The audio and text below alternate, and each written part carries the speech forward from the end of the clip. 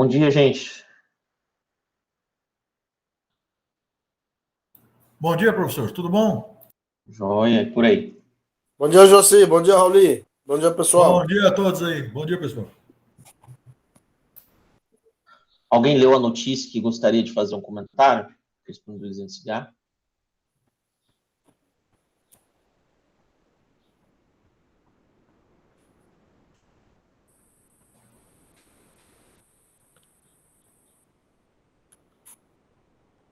Bom, do jeito não, ou leram e estão tímidos nessa feita. Não, você está falando do que, Josi? Dos textos para ler para aula de amanhã? Para amanhã? Não. A notícia que Não. eu pedi para ler ontem, que está no cigarro. Mas está lá, fica disponível para vocês lerem depois. A questão envolvendo o STF, Daniel Silveira, prisão em flagrante, tá? Depois você dá uma lida lá, Edgar. Vou dar uma olhada assim aqui. Ontem foi só corrida para fazer os Tranquilo, slides para mandar. Vamos terminar, era 2 horas da manhã. tranquilo. É bem corrido, eu sei. Na aula de hoje, a gente vai caminhar pela escolha do juiz pela prisão preventiva. É o tema da aula de hoje, prisão preventiva. Mas não se esqueçam que a prisão preventiva ela não é necessariamente consequência natural da prisão em flagrante. Pode ser que num caso que o sujeito não foi preso em flagrante, que ele possa ser decretado contra ele prisão preventiva. Só um minuto, pessoal.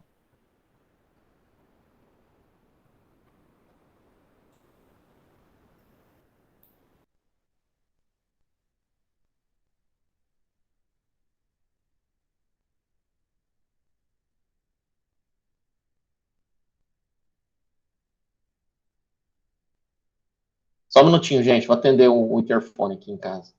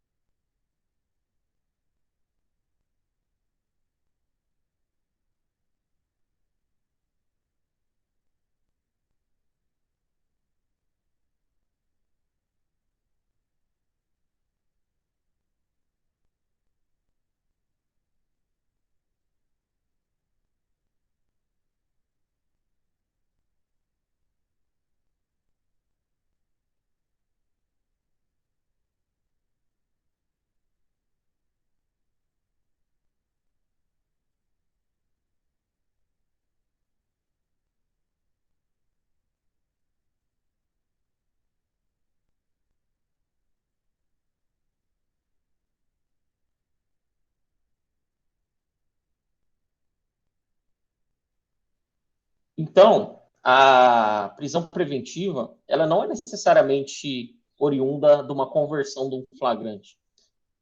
Ela pode ser a primeira prisão daquele caso penal quando, por exemplo, o cara já não está mais numa situação de flagrância. Ou quando, de fato, começa-se a investigação e o primeiro passo da investigação já, quando deflagra a operação lá, é o cumprimento de um mandado de prisão preventiva. Então, é uma modalidade muito interessante de prisão cautelar, que eu vou compartilhar a tela para explicar para vocês.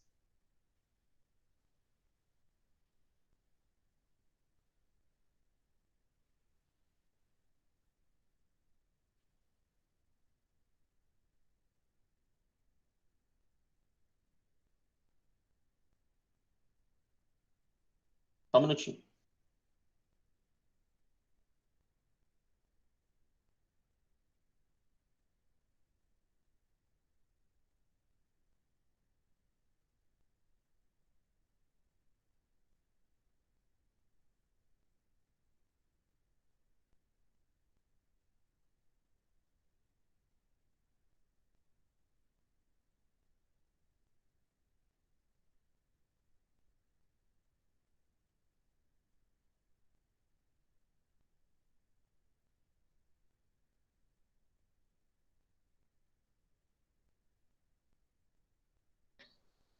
Vamos lá.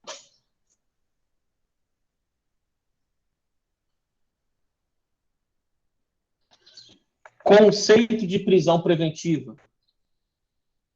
Cuida-se de espécie de prisão cautelar decretada pela autoridade judiciária competente, mediante representação da autoridade policial ou requerimento do Ministério Público, do querelante ou do assistente, em qualquer fase das investigações ou durante o processo penal, sempre que preenchidos os requisitos legais do artigo 313 e ocorrerem os motivos autorizadores listados no artigo 312, e desde que se revelem inadequadas ou insuficientes as medidas cautelares diversas da prisão.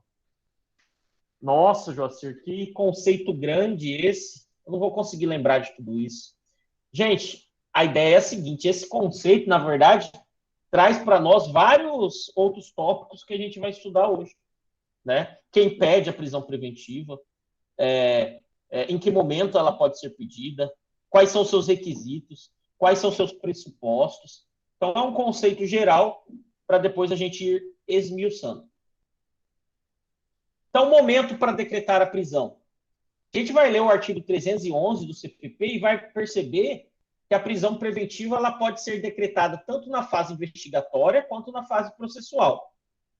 Olha a redação do 311. Em qualquer fase da investigação policial ou do processo penal, caberá a prisão preventiva, decretada pelo juiz, a requerimento do MP, do querelante ou do assistente, ou por representação da autoridade policial. Perceba que a redação do artigo 311 é uma redação dada pela Lei Anticrime, 13.964, de 2019. Fica claro aqui que para decretar a prisão preventiva, o juiz tem que ser provocado por alguém, por um sujeito. E eu trago em vermelho para vocês aqui, só para vocês flagrarem qual que era a redação antes de 2019. A diferença era essa parte que está sublinhado aqui. De ofício.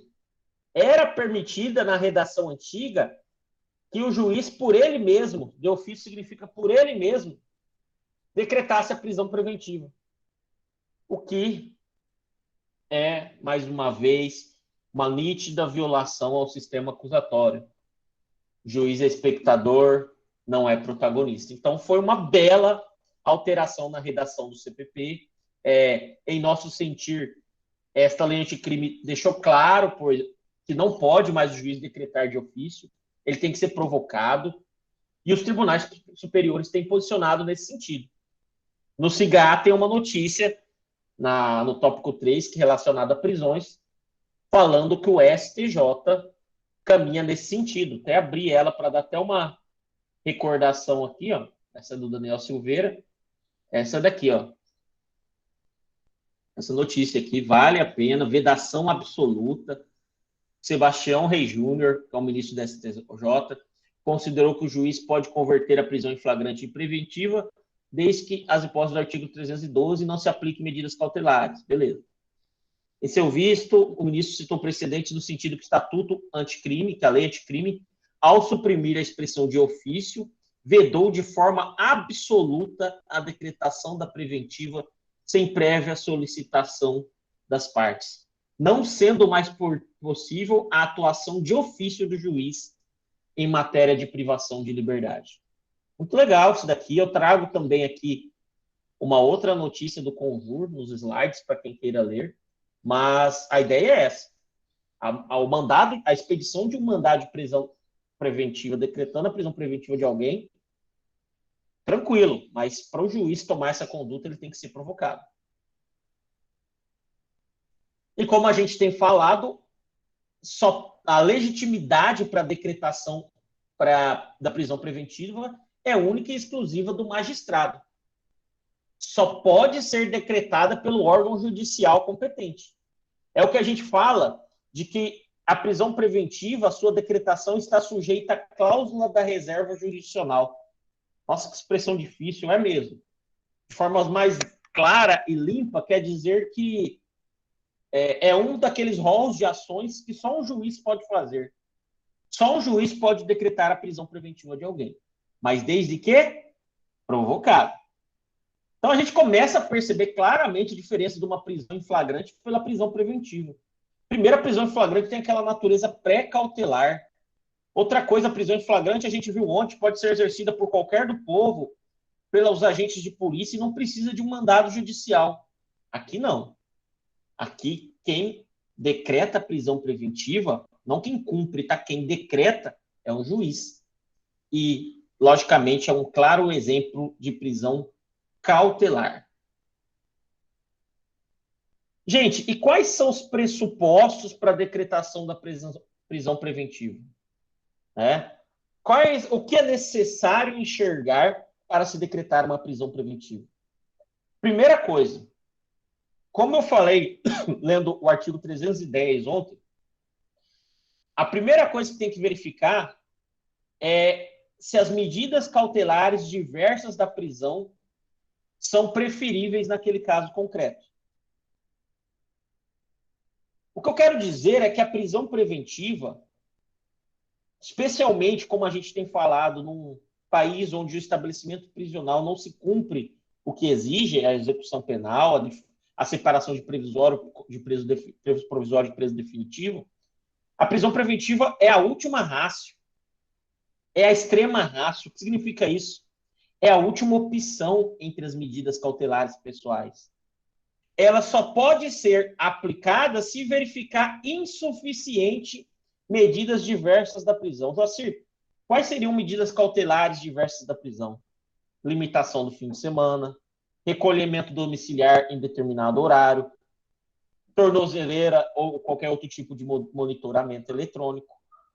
Então, não sendo aplicável naquele caso medidas cautelares diversas da prisão, o juiz vai afastá-las de modo fundamentado, vai explicar por que naquele caso é insuficiente essas medidas cautelares e vai decretar a prisão do sujeito, a prisão preventiva. Isso demonstra a última rácio, que a prisão preventiva é a extrema rácio entre as medidas cautelares. Interessantíssimo isso. Tranquilo até aí?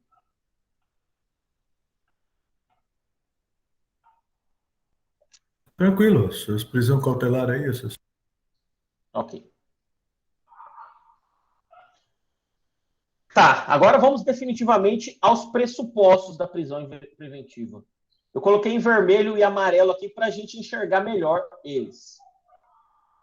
A prisão preventiva poderá ser decretada como garantia da ordem pública, da ordem econômica, por conveniência da instrução criminal ou para assegurar a aplicação da lei penal. Quando houver prova da existência do crime e indícios de autoria, esse é um primeiro pressuposto, e de perigo gerado pelo estado de liberdade do imputado. Esse é o segundo pressuposto. Então, do artigo 312, a gente extrai dois pressupostos, dois grandes pressupostos, digamos assim, da decretação da prisão preventiva. A gente trabalha eles nos próximos tópicos, nos próximos itens, melhor dizendo. Estamos dentro do pressuposto 4.2. Vamos ver agora o item A, que traz o primeiro pressuposto, que é o fumus commissi delicti, fumaça da prática do delito. É o que está em vermelho aqui, ó. É o que está em vermelho aqui no artigo. A prisão preventiva só vai ser decretada se tiver materialidade, ou seja, prova da existência do crime, e presença de indícios de autoria ou participação. Ou seja, se é provável que aquele sujeito é o autor do crime.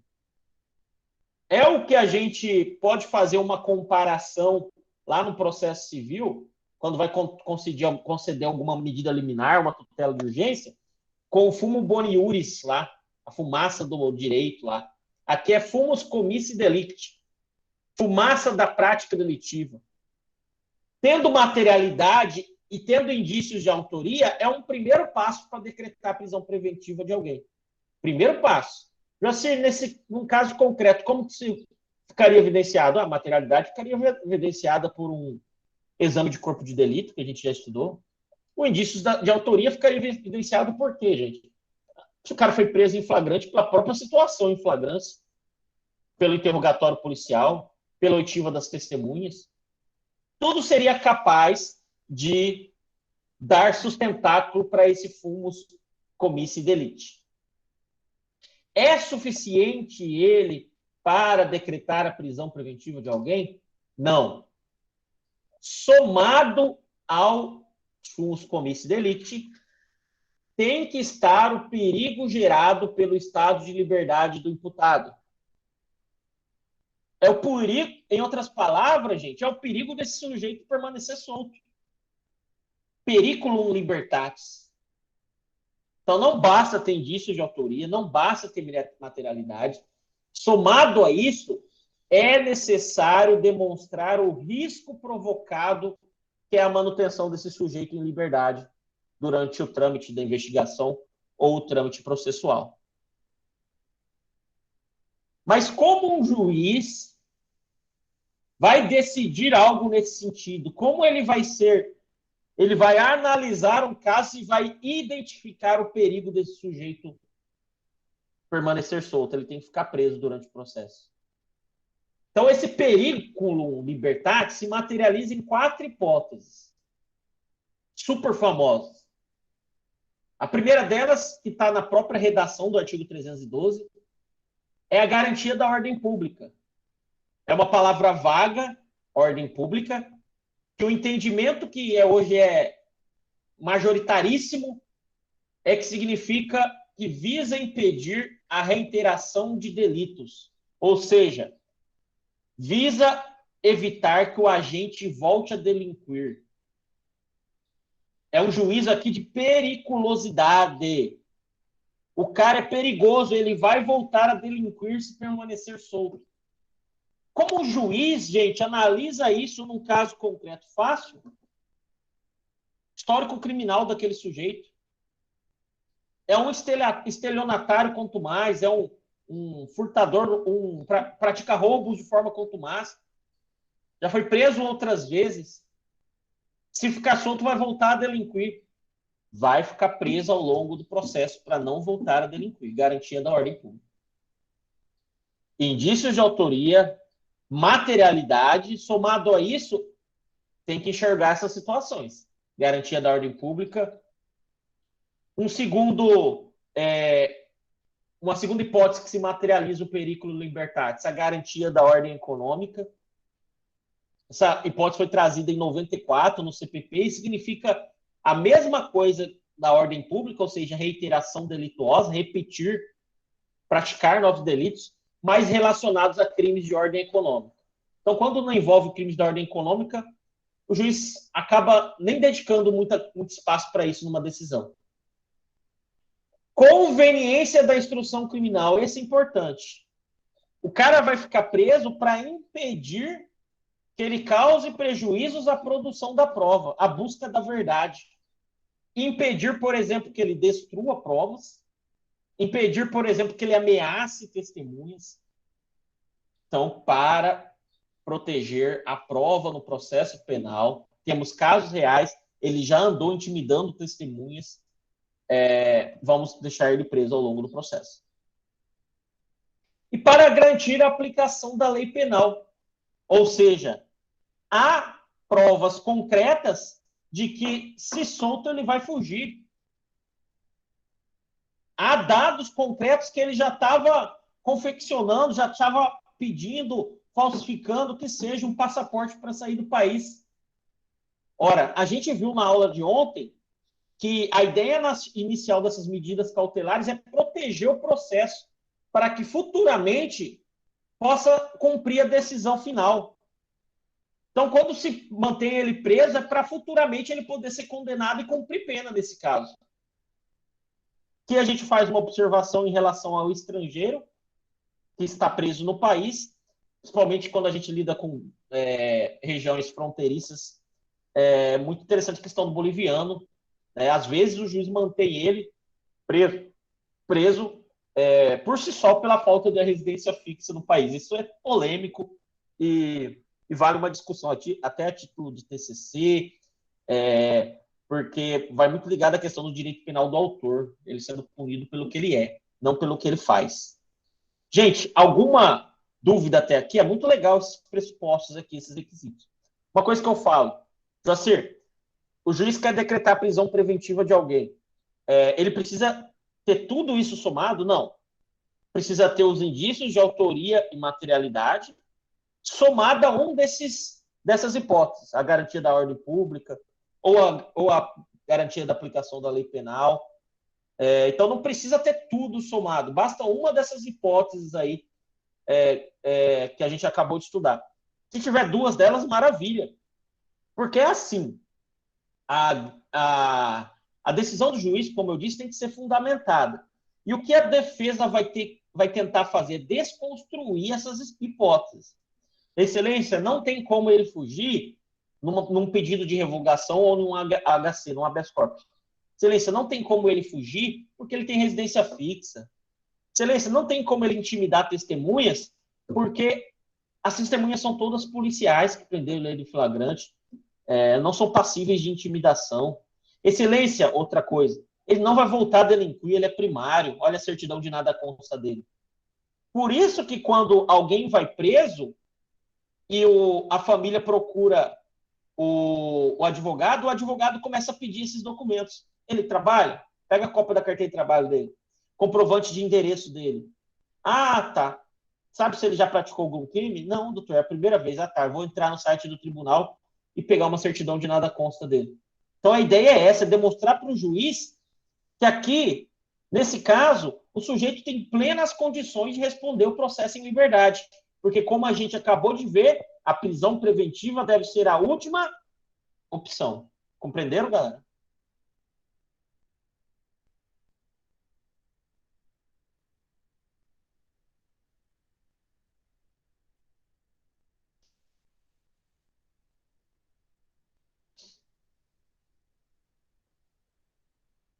Eu coloco aqui algumas observações finais acerca desses pressupostos. O 312, parágrafo 1º, diz que descumprimento injustificado das cautelares também gera decretação da prisão preventiva. Bem comum isso, hein? O juiz deixa o cara, não, beleza, lá na audiência de custódia. Não, beleza, você vai responder em processo em liberdade, mas vai colocar uma tornozeleirinha eletrônica. Aí o cara vai lá, depois de um tempo, o que ele faz? Ruptura da tornozeleira. Aí o juiz até marca uma audiência de justificação para ver o que ele diz, ele não explica direito. Olha, cara, eu te dei uma chance. Uma medida cautelar diversa da prisão. Agora você descumpriu ela, vamos para a última raça. Prisão preventiva. Legal isso. Outra observação que eu coloco aqui, o 312, parágrafo 2º. Vamos ler ele, isso é importante. 312, parágrafo 2º. Incluído em 2019. Vou colocar aqui no chat.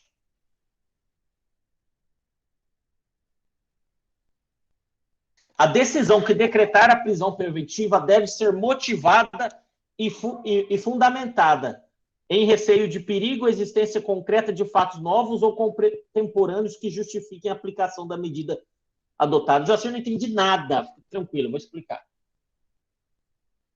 Para decretar a prisão preventiva de alguém, ela deve estar atrelada, vinculada a um fato novo, contemporâneo. Eu, juiz, não posso ficar decretando prisão preventiva de um sujeito em relação a um fato que aconteceu há 1 ano atrás. Por que eu não decretei na época? Cara, eu já consegui revogar a prisão preventiva por causa desse cenário. A ausência de contemporaneidade dos fatos. Isso é muito top. Então, considerando que a preocupação do juiz deve ser relacionada a prejuízo da prova, possibilidade do cara fugir, então essa preocupação deveria ter sido externada à época do crime.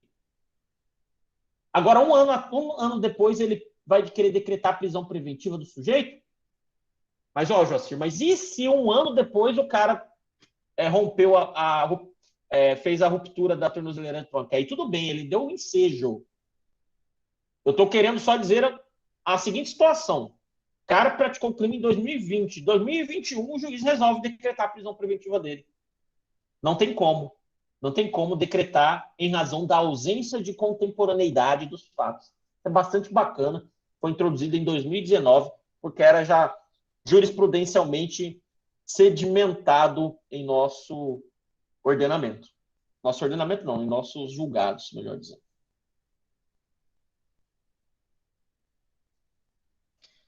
Tá, então agora a gente viu os pressupostos, tá? Vou voltar aqui. A gente viu os pressupostos da decretação da prisão preventiva. Fumus comissi delicti periculum libertatis. Gente, ó, sinceramente, quero seguir carreira policial. É a primeira vez que eu tô vendo isso. Então se acostume, tá? Não fuja disso. Os pressupostos da prisão preventiva tem que estar na sua cabeça, tá? Você tem que pegar um caderno, colocar o artigo 312 assim escrito e fazer um mapa mental desses pressupostos. Faça isso na sua casa. No Google aí, você coloca no Google, vai aparecer imagens dos pressupostos. Vou procurar uma aqui de um mapa mental para colocar no grupo lá de avisos. Que é necessário. Vai advogar na área criminal, você tem que saber derrubar esse pressuposto. Acabei de falar para vocês o que o advogado faz, ataca esses pressupostos num pedido de revogação, num habeas corpus. Mas é toda e qualquer infração penal que admite prisão preventiva? Não. Vamos dar uma olhada agora no artigo 313, que eu prefiro até, na forma que eu coloco no slide, porque a leitura dele aqui no CPP é um pouco truncada, né? Tem muitas observações aqui, redação dada não sei na onde. Aí no artigo 313, que eu coloco, no slide, que eu já coloco de uma forma mais bacana, vamos identificar qual tipo de infração que comporta prisão preventiva.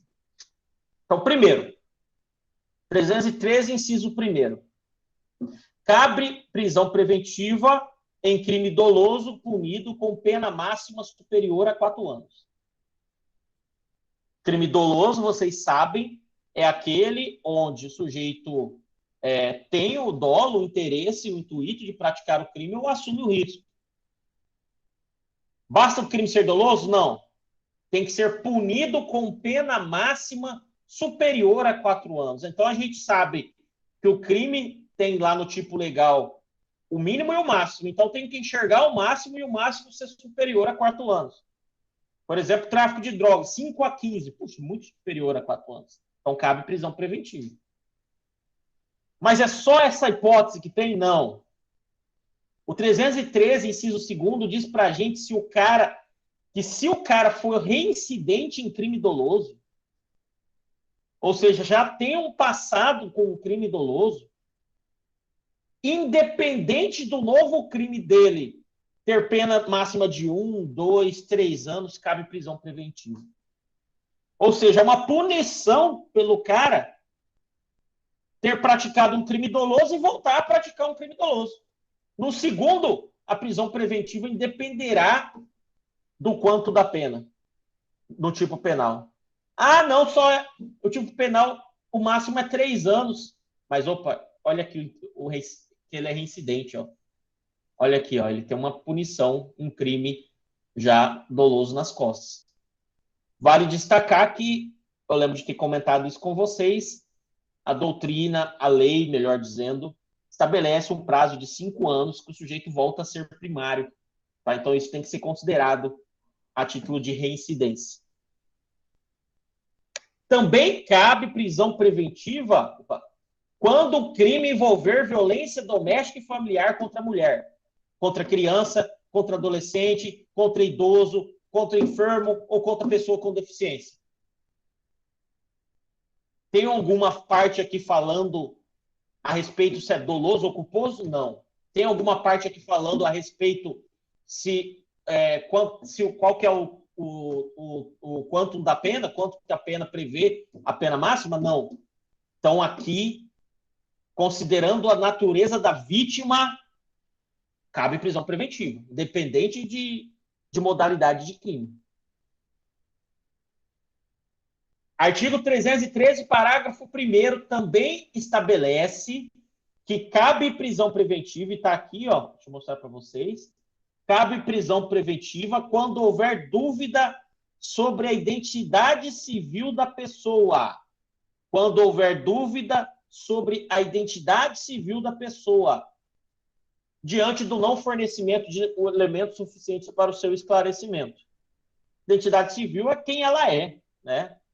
Essa prisão, a doutrina entende que também cabe tanto em crimes dolosos ou culposos, e enquanto não descobrir a identidade daquele sujeito, caberá prisão preventiva. E também aqui independe do quantum da pena. Então perceba que essa questão do quantum da pena é bem relacionada ao sujeito primário, né, que vem a praticar um crime. Aí você vai ter que enxergar se é doloso e a pena máxima é superior a 4 anos. Atenção, olha o que diz o 313, parágrafo 2º. Não será admitida a decretação da prisão preventiva com a finalidade de antecipação do cumprimento de pena ou como decorrência imediata de investigação criminal ou de apresentação ou recebimento de denúncia. Veda-se a prisão preventiva de caráter automático. Vou colocar aqui no chat para eu fazer algumas observações. Vou colocar aqui no chat, ó. O que o legislador quis dizer aqui?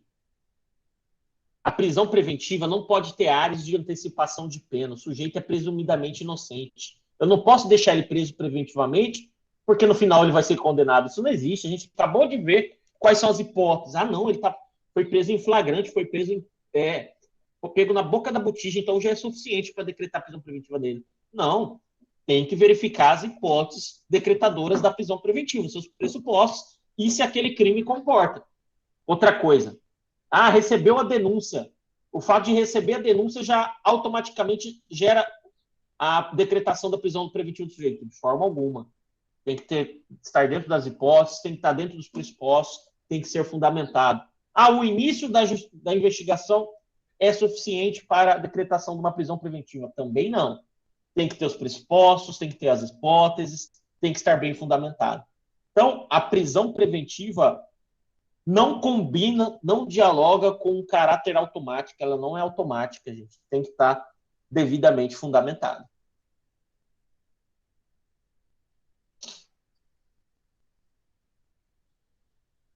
Sobre fundamentação, o artigo 315 diz que a decisão que decretar, substituir ou denegar a prisão preventiva será sempre motivada, fundamentada, sob pena de ser nula.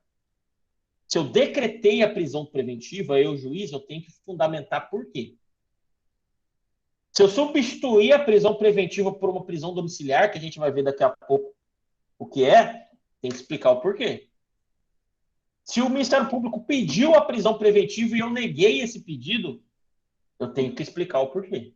Então, qualquer comportamento em relação à prisão preventiva tem que ser justificado pelo juiz. Vamos ler o artigo 315, parágrafo 2º.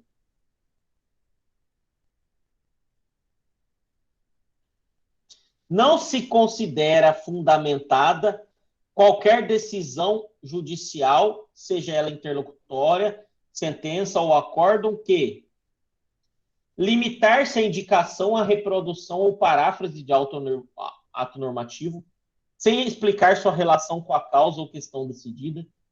O que significa isso? O juiz simplesmente dizer assim, ó, nesse caso é cabível prisão preventiva porque está presente nos termos do artigo 312 o indício de autoria, a materialidade e para prevenir a garantia da ordem pública. Ponto. O que quer dizer?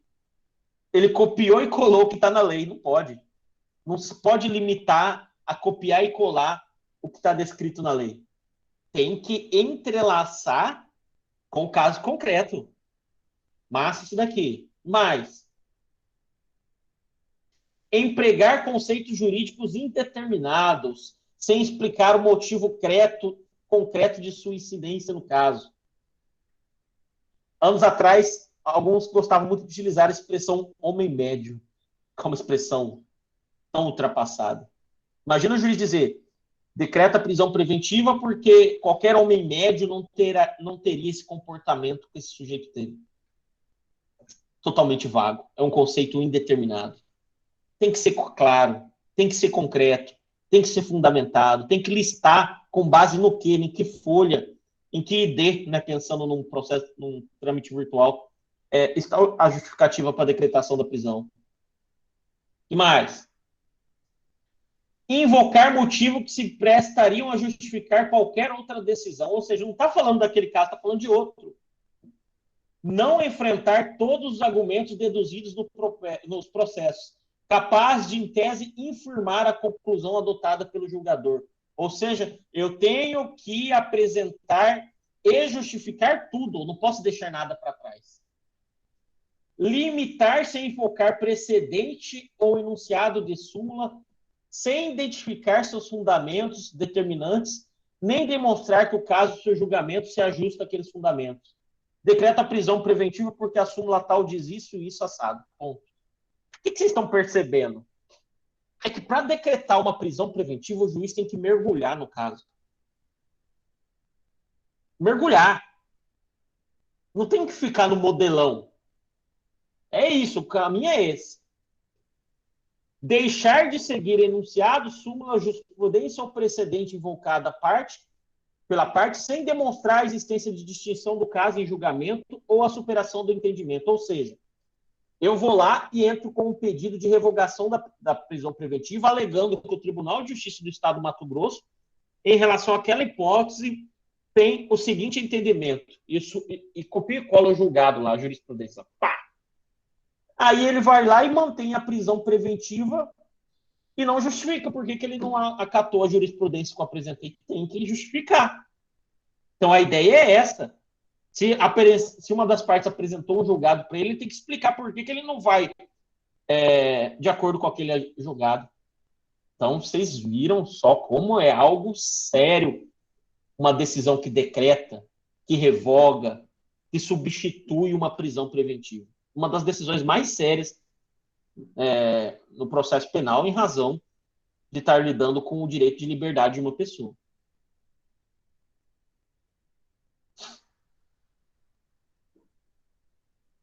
Alguém deve estar se perguntando, Joacir, quanto tempo dura uma prisão preventiva? Não tem um prazo pré-determinado, gente. A prisão preventiva dura 300 dias, não tem isso.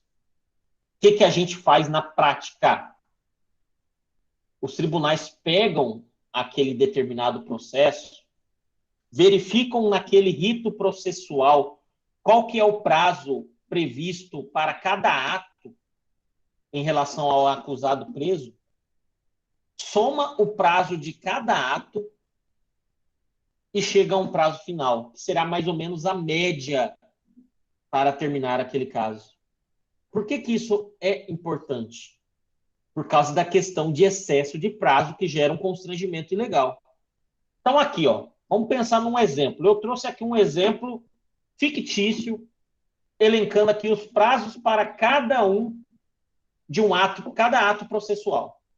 Inquérito, oferecimento da denúncia, recebimento dela, citação para resposta à acusação, decisão de absolvição sumária, audiência, memoriais, sentença.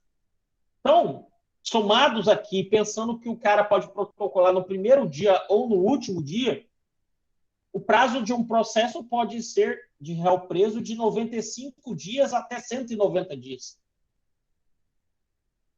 Totalmente fictício isso. Depende do caso concreto. Está na lei? Repito, não. Aí a gente trabalha com a seguinte ideia. 190 dias o máximo. Aí o cara está preso processualmente tem 2 anos. Aí que gera esses cenários de excesso de prazo. Quando naquele caso real, a prisão preventiva do cara tomou ares de verdadeira antecipação de pena. Porque ele já está 2, 3 anos preso e ainda não saiu a condena dele, nessa expressão que eles usam. Então, a análise que vai ser feita é real daquele caso para verificar em quanto tempo deveria ter acabado aquele processo. A análise é essa. Então, o que a gente coloca aqui não é um simples cálculo dos prazos abstratamente. A gente vai ver, ao estudar isso num caso concreto, que depende da natureza daquele crime, depende das diligências que foram realizadas, né, para efetivamente a gente justificar, a gente verificar se está tendo um constrangimento ilegal em relação àquele preso. E quando a gente pensa nesse cenário de excesso de prazo, ele pode ser, sim, configurado em determinadas hipóteses. Quando, por exemplo, a culpa do excesso é da acusação. O Ministério Público perdendo prazo, requisitando diligências desnecessárias. É uma ida e volta de diligência entre MP e delegacia, e o sujeito está lá preso. Quando a demora é causada pelo próprio Poder Judiciário, é juiz que é removido, entra outro juiz, é juiz que sai de férias. E, de forma geral, quando a demora torna-se algo totalmente incompatível com o processo. Percebam, então, que para análise de um possível constrangimento ilegal em razão de um excesso de prazo, a culpa não pode ser de quem? Da defesa. Da defesa. Tem súmula, inclusive, do STJ nesse sentido. Se é a defesa que está dando causa para a demora, aí, gente, opa, aí é complicado depois querer se valer da própria torpeza. Não é verdade? Porque é assim, se é a defesa que está pedindo carta precatória lá para o Amazonas, se é a defesa que fica indicando a testemunha e depois fica insistindo numa testemunha que nós temos contado, você percebe que a defesa está protelando e depois quer entrar com um habeas corpus de excesso de prazo, constrangimento ilegal. É ela que está causando aquele cenário. Salvo isso, quando é a acusação ou o próprio judiciário que causa esse excesso, pode sim configurar um constrangimento ilegal. E tem outras complexidades, tá, no processo que serão avaliados. Quando é, por exemplo, um processo que deflagrou-se uma operação policial e tem 10 réus, logicamente que vai ser um processo mais lento. E isso vai ser verificado quando se alegarem constrangimento ilegal pelo excesso de prazo. Alguém que fez alguma pergunta sobre isso?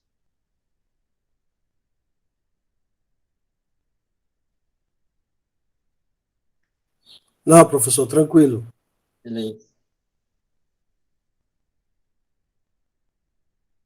Daqui a pouco a gente vai falar dos 90 dias, que é uma novidade também que a lei anticrime trouxe, tá?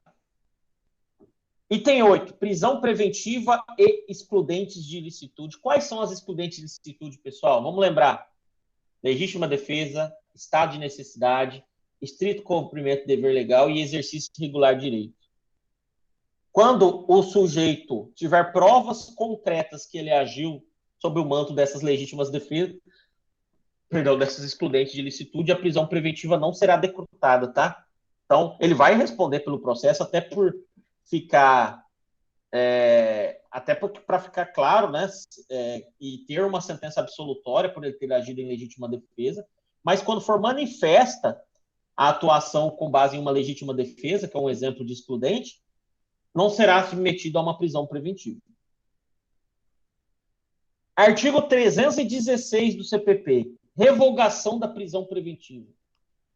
Vamos ler.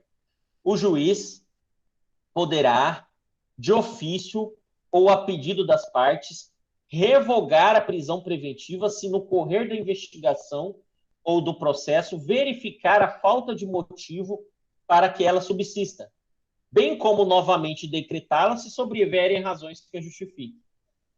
Parágrafo único. Decretada a prisão preventiva, deverá o órgão emissor da decisão revisar a necessidade de sua manutenção a cada 90 dias, mediante decisão fundamentada de ofício sob pena de tornar a prisão ilegal. Um artigo importante que deve muito novo e que gerou muita polêmica. Por quê? Porque é o seguinte, a gente está vendo que no caput aqui, que a prisão preventiva de uma pessoa tinha sido decretada e se por algum motivo não tiver mais motivo para ela ser continuar presa preventivamente, é possível ocorrer a revogação dessa prisão. Exemplo, a pessoa estava presa preventivamente por intimidar as testemunhas. O que aconteceu? Houve audiência e as testemunhas foram ouvidas. Então não tem mais o que falar em intimidação. O que o advogado pode fazer? Pedir a revogação dessa prisão preventiva.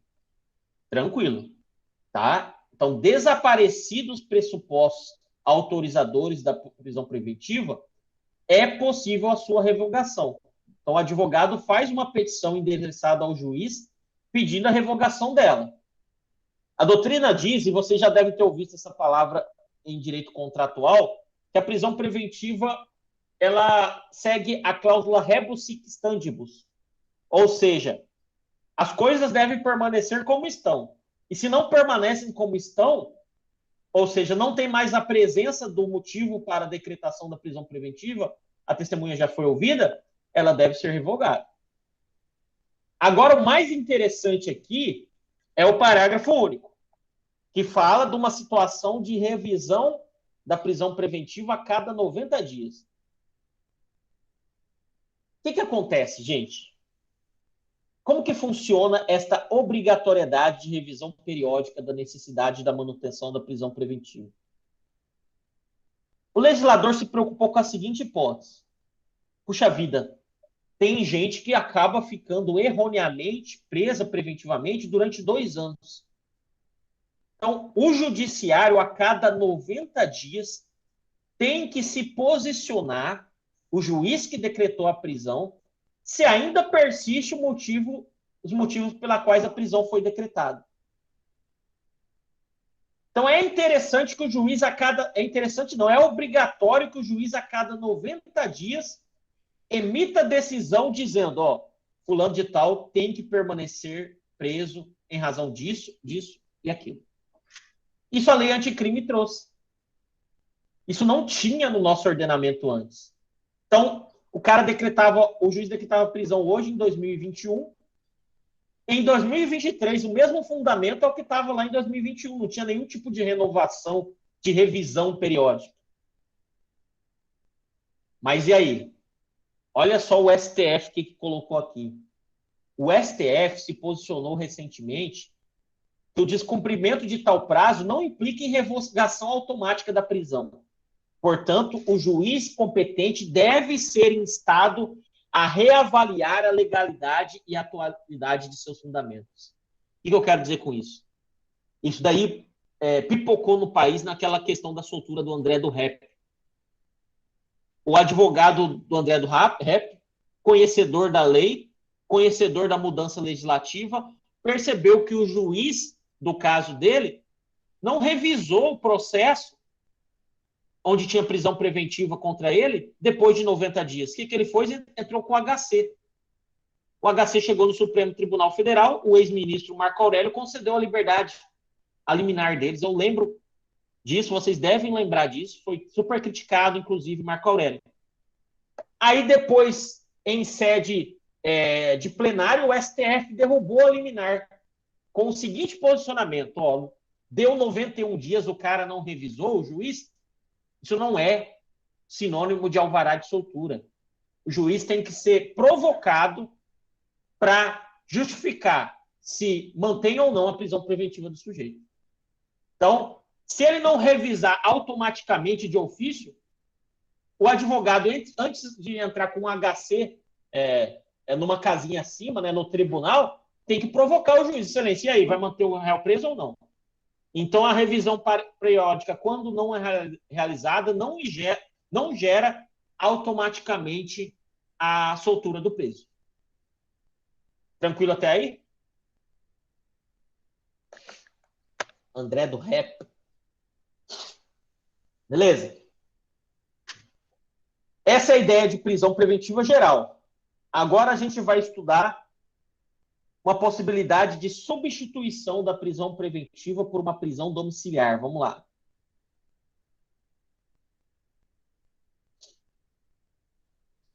Então, gente, prisão domiciliar é decretada em substituição da prisão preventiva. Sempre por ordem judicial. E consiste, logicamente, no recolhimento do acusado em sua residência, só podendo dela se ausentar por ordem do juiz.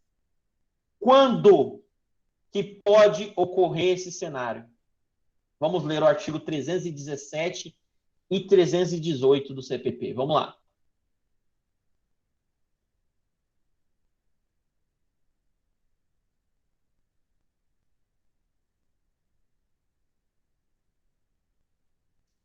317. A prisão domiciliar consiste no recolhimento do indiciado ou acusado em sua residência, só podendo ausentar-se com autorização judicial.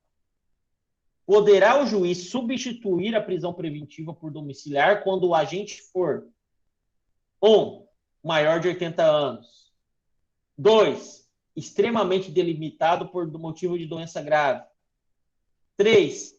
Imprescindível aos cuidados especiais de pessoa menor de 8 anos de idade ou com deficiência.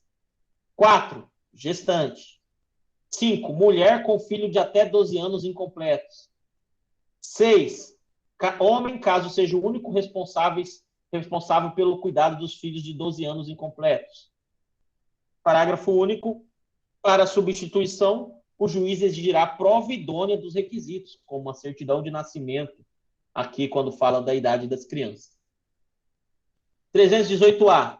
A prisão preventiva imposta à mulher gestante ou que for mãe ou responsável por crianças ou pessoas com deficiência será substituída por prisão domiciliar, desde que não tenha cometido crime com violência grave ou ameaça à pessoa, percebam. Então, não é qualquer crime. B. 2. Não tenha cometido crime contra seu filho ou seu dependente. Pô, aí é demais, né? A substituição que trata os artigos 318 e 318A poderá ser efetuada sem prejuízo da aplicação de outras medidas cautelares, como, por exemplo, a própria fiança que a gente vai ver segunda-feira, que é medida cautelar diversa da prisão. Aqui no slide, ainda trago 2 julgados interessantes sobre prisão domiciliar. Um de 2011, que a ministra Carmen Lúcia reconheceu o cabimento de prisão domiciliar a advogados presos preventivamente, quando no local não tem sala de estado maior. E lembro que falei isso ontem para vocês, que na localidade que não tem sala de estado maior para prisão especial do advogado, ele deve ser preso, deve cumprir a prisão domiciliar. E um HC super famoso de 2018, que deu um ensejo até para alteração, vocês podem ver lá no CPP, nessa parte, tem alteração dessa idade das crianças, essa alteração foi feita em 2018. Deu um ensejo a essa alteração, esse HC, que o Lewandowski foi o relator. Foi um HC coletivo em favor de mulheres grávidas e com filhos de até 12 anos incompletas, autorizando a soltura delas para responder o processo em prisão domiciliar. Tranquilo até aí?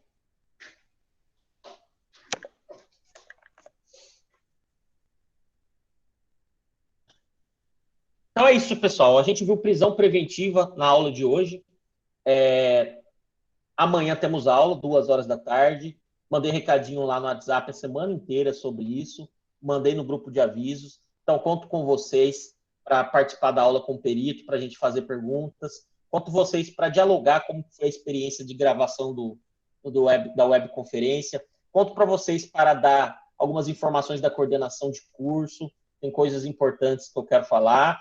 E conto com os que perderam algum tipo de atividade para fazermos uma atividade amanhã à tarde, no último horário. Beleza? No mais, desejar uma ótima sexta-feira para vocês. Deus abençoe todos. Até mais. Falou, José. Até amanhã, então. Falou, pessoal.